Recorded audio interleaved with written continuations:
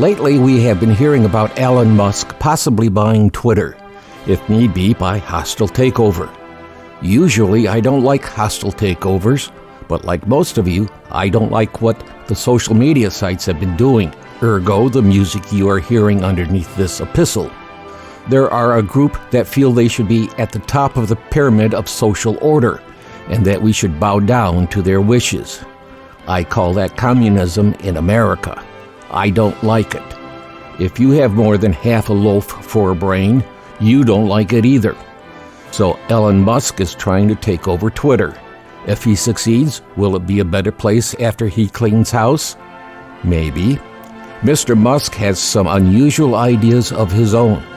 I don't judge him for his ideas, I just don't agree with all of them. I'm hearing whispers that Mr. Musk is the Antichrist.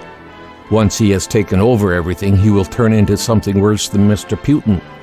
He could be, but realistically, I doubt it. I can't be any stronger because I don't know the man.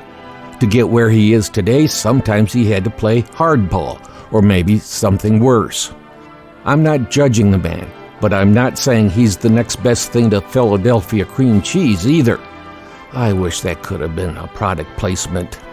It would be nice if all the rich people got together and bought out Facebook and Alphabet Incorporated, the company that is Google, YouTube and a whole bunch more.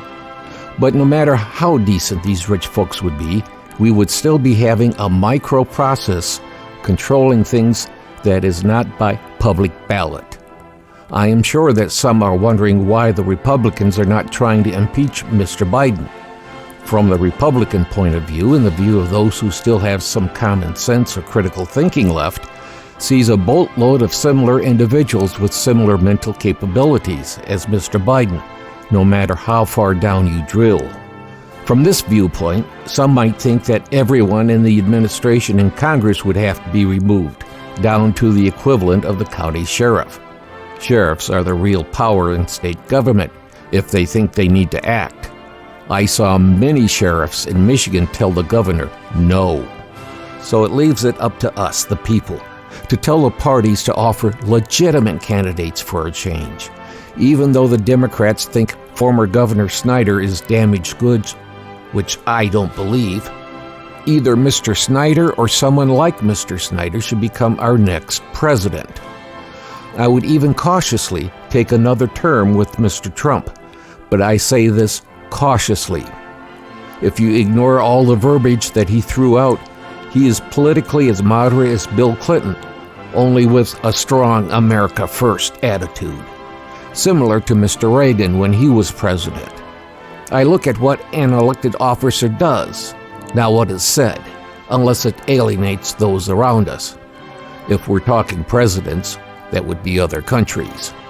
So if Mr. Musk does continue to take over Twitter, and he does what he says he's going to do, I got a blue ribbon to tack onto his chest.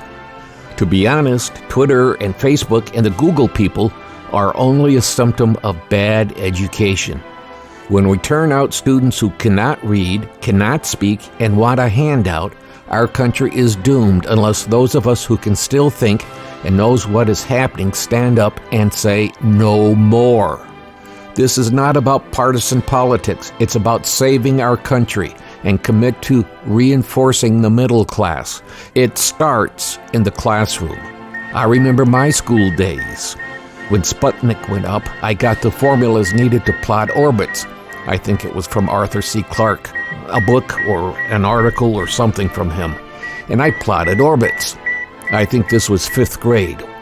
While the teacher talked about George Washington throwing a silver dollar across the Potomac River for a week, we didn't even have silver dollars then, and George Washington didn't have a pitching arm. So while the teacher was babbling, I plotted. Orbits, that is. This was all longhand without a calculator, without a slide rule. It was all done with paper and pencil. I should have been a whiz in math. Nope, could not figure anything out. It was the first version of new math. I had to get my parents' and grandparents' math books to learn advanced mathematics. I needed to know trigonometry and calculus for work. I had to learn from math books of the 30s and even earlier. So when my son was in high school and taking advanced math, I could not understand a cotton-picking thing.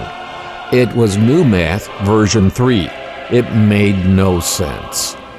First, we have to have the educational system of the earlier part of last century, where upon graduation you had the equivalent education of a bachelor's degree of today, but without a major. That was a high school education of years gone by. Along with this, we have to have strong doses of critical thinking taught from kindergarten through the 12th grade. I would say no graduation unless you got an A in critical thinking. Then we continue teaching critical thinking in college through all the advanced degrees. So with a possibility that Mr. Musk may buy Twitter, great, but with a cautious great. I wouldn't go all the way to a whoopee. Now, if Mr. Musk would be willing to invest this money into our youth's education, I would be all the way to a whoopee. All he would have to do, explaining with only a few words, is set up the same competition with scholarly subjects as we now have for sports. In other words, bribe the daylights out of all the kids with competitions, starting at the local level. I could do an encyclopedia on how to set this up. Maybe we could bribe Tom Izzo, basketball coach for the Michigan State University basketball team.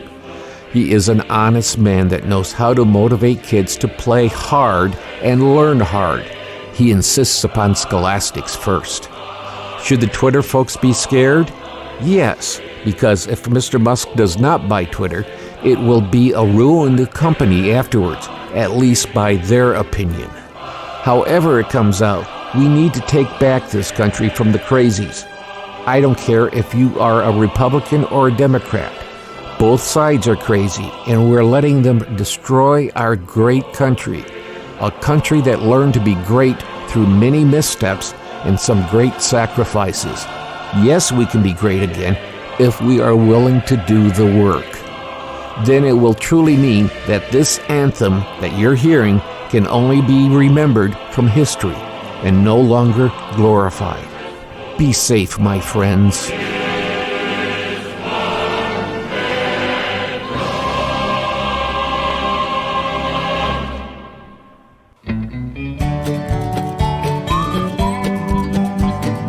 Before we go, it's important to quickly mention for all who are visiting to subscribe, ring the bell, leave a comment, and share with friends and family. Now for the most important part, thank you to those who have subscribed. Thank you. And yes, thank you to those who are visiting. We value you too. We're trying to reach 1,000 subscribers so that we may receive a pittance from YouTube to cover expenses. We replaced one camera, tripod, and bought a water-cooled editor for video production, plus all the tools we review. So if you could help us reach that 1,000 subscription point, thank you. Well, this is the old farmer Scott Bain. Be well, be safe, and be kind to someone.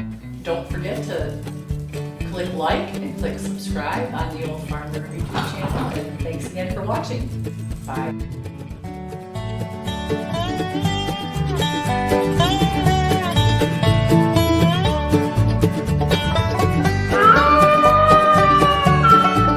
The VFW National Home for Children, providing families of veterans and active duty military opportunities for growth and development in a nurturing community.